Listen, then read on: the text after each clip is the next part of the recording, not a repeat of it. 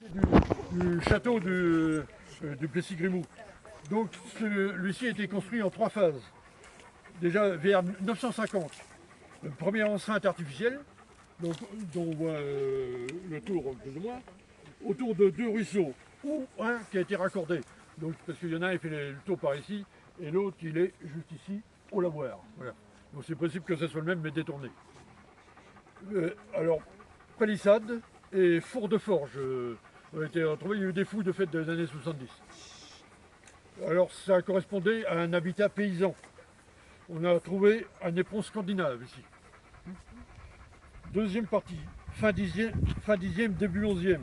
Nouvelle enceinte, 60 mètres de diamètre, donc cette forme-là, voilà. Rempart de terre et fossé. Toujours vocation agricole, mais prémisse de château. Et la troisième phase, c'est à partir de 1027, donc avec l'arrivée de Grimou, un mur d'enceinte, chemin de ronde, maçonnerie à la chaux, aussi une tour d'entrée, donc ici c'est cette partie qui reste, une tour d'entrée, avec un pont-levis qui descendait juste dans la cour. Là. Alors c'est le même type qu'au château de Caen. Là on peut voir, il y a encore des trous pour le passage des boulins, donc c'est-à-dire pour mettre on va dire les chevrons pour faire les échafaudages. Les poutres. Ouais, pour mettre les poutres, et puis notamment les murs en arête de poisson. On reconnaît bien l'affaire. Alors je vais vous faire voir une maquette qui a été faite. Voilà. Voilà, une maquette qui a été faite. Voilà. Ah bah oui. Là, maquette du château. Parfait. Voilà. Ouais. Donc là, c'est la carte de la tour qu'on voit. Voilà. Voilà. Bah, d'après les fouilles, tout simplement. Voilà. C'est fait d'après les fouilles, tout simplement. Ah bah, le seigneur. Voilà.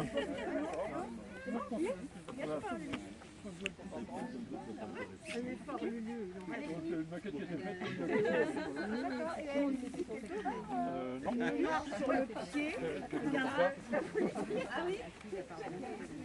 Il est sympa lui, hein. Alors, donc pour la défense du château, il y a eu beaucoup de fortifications qui sont érigées un peu partout. Il faut savoir que Grimou, il avait 10 600 hectares à partir de 1035. Avant, il en avait eu plus parce qu'on allait jusqu'à Saint-Martin-des-Places. Mais là, il a 10 600 hectares d'un seul tenant qui sont arrivés. Donc, il y a des ouvrages de fortification un peu partout dans la région. Alors, je vais vous faire voir les cartes, mais vous pourrez voir après. Voilà. Ça allait donc de Pontécoulant et jusqu'à Saint-Martin-des-Places. Alors, les ouvrages de fortification, il y en a partout. Tout est en jaune avec des mottes casseroles et tout ça, voilà. À Honnefontaine, oui, Donc, dans le virage. Alors, Honnefontaine, elle est spéciale, elle a été construite avant celle-là. Elle est en plein milieu en plus. C'est qu'il faut comparer avec la motte de Salzweiler, Honnefontaine. Alors, on voit, on a des mottes donc à Honnefontaine qui est en plein milieu. On en a donc à le Plessis, Saint-Jean-Blanc, Pontécoulant, Montchauvet avec les 2 mottes du Parquet, par exemple. Saint-Martin-des-Places, on a porté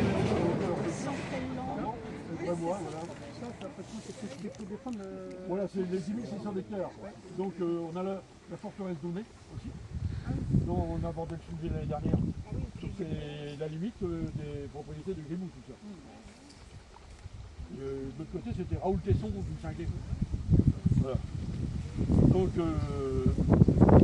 à partir de 1410, Grimou fera, avec 5 autres barons, le complot de Valogne. Et s'en suivra la bataille de Vallès-Dunes. Donc, Vallès-Dunes, c'est Chicheboville, Bélangoville-Chicheboville. Voilà. Alors, Raoul Tesson, là-bas, Tondra Savès, qui faisait partie des barons rebelles. Tondra Savès, donc il viendra défendre avec le duc et le roi de France, forcément, parce que c'était pour la période où on était avec le roi de France, mais le roi de France venait aider le duc quand même. Alors combien y était-il? Il y avait à peu près 40 cavaliers et 160 piétons. Et il fallait amener à manger des munitions et tout ça derrière. Alors, Grimou sera arrêté et le château détruit, donc en 1047. Alors il s'enfuit d'un tas de légendes, j'en connais au moins une dizaine en tout genre, qui seraient écorchés vifs à la chapelle au Cornu, voilà, tout ça. La seule chose qu'on sait, c'est que... Non, mais c'est dans les légendes, il y a de vrai. oui, ah oui, il y a toujours quelque chose de vrai. Voilà. Alors la seule chose qu'on sait, c'est qu'il est mort en 1074, les fers aux pieds, dans une prison de Rouen. Donc voilà. Donc toutes les légendes qui sont après, qu'il aurait été séduire Mathilde et tout ça, voilà. C'est la fabulation. Mais c'est peut-être un autre Grimou. Parce que il y a un village dans la Manche, ça s'appelle le Plessis-Lastel, il se revendique aussi d'avoir eu Grimou du Plessis. Mais par contre, ils ont... Il y avait une jolie fille là-bas, c'est pour ça. Ouais, mais par contre, 1074, ici, il y a eu toute la redistribution des terres. Parce qu'elles avaient été confisquées par le duc. Il y a eu toutes les redistributions en prébende. Prébende, ce sont des revenus pour les curés, voilà. Donc la première Saint-Jean-Blanc, donc il y a eu le Plessis, l'Hainaut, plus des partis en tout genre, voilà. Tout ça. Alors ici, il faut prendre le château, mais aussi un village fortifié. Donc le mot Plessis, ça vient de plesser. On croise du bois, souvent de noisetiers, des choses comme ça se cuit bien. On les coupe à moitié, on les entrecroise, et puis la sève et fait le reste, et vient les solidifier entre deux. Ça fait comme si c'était des racines, en fait. Ça fait des grandes palissades, tout ça. Qu'est-ce là-bas sur le château de Longvou là Ah oui, mais c'est d'imitation, ça. Oui, mais je veux dire, c'est ça. C'est comme la chevauchée de Guillaume, c'est d'imitation, ça. Pareil, voilà. Et donc, il faisait le tour du château, donc le castron. Là, il devait faire ce chemin-là, qui continue. Si on continue tout droit, on arrive à la voie romaine de Vieux à Manche. Je sais. De l'autre côté, on a la voie romaine qui venait des corps romains et tout ça. Donc il venait de Vieux pour aller par là. Et donc ça se rejoint. J'ai fait une carte des. Oh, c'est pas grave. J'ai fait une carte des voies romaines aussi. Voilà, derrière. Ça, c'est le castrum. Alors, l'enceinte, voilà, je vais te montrer ici. Donc le château ici, donc l'église ici, voilà. Là, le château avec la partie champ de foire et tout ça, qui était un peu moins grand qu'actuellement, voilà. Mais toute la partie plus ou moins fortifiée. Le premier chemin qu'on a pris, c'est la partie de la fortification, voilà. Donc avec les trois voies romaines, voilà, de chaque côté. Et là, c'est une partie jardin, par contre, la partie qu'on a pris entre... Parce qu'on a ramené de la terre, parce qu'on a de la roche en dessous, voilà. Donc, la partie du castrum. Voilà. Du castrum, parce que c'est l'époque le château, c'était un village entier, voilà, en tant que tel.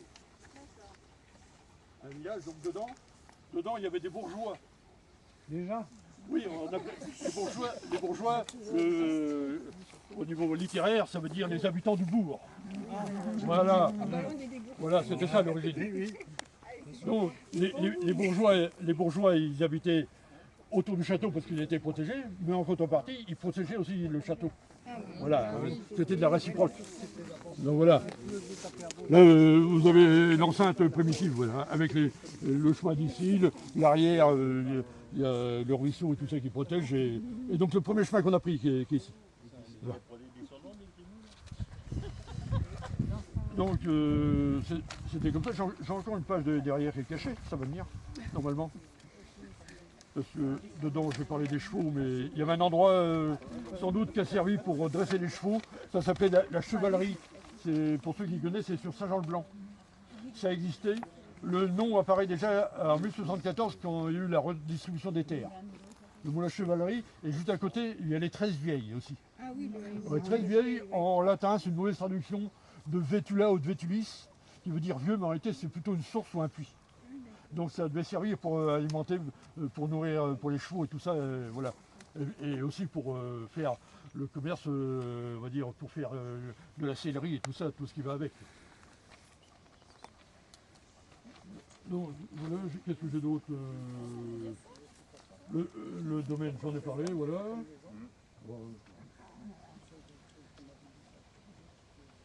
Oui, bon, en gros, il y a quelques trucs en plus, mais c'est pas mal, voilà. Vous avez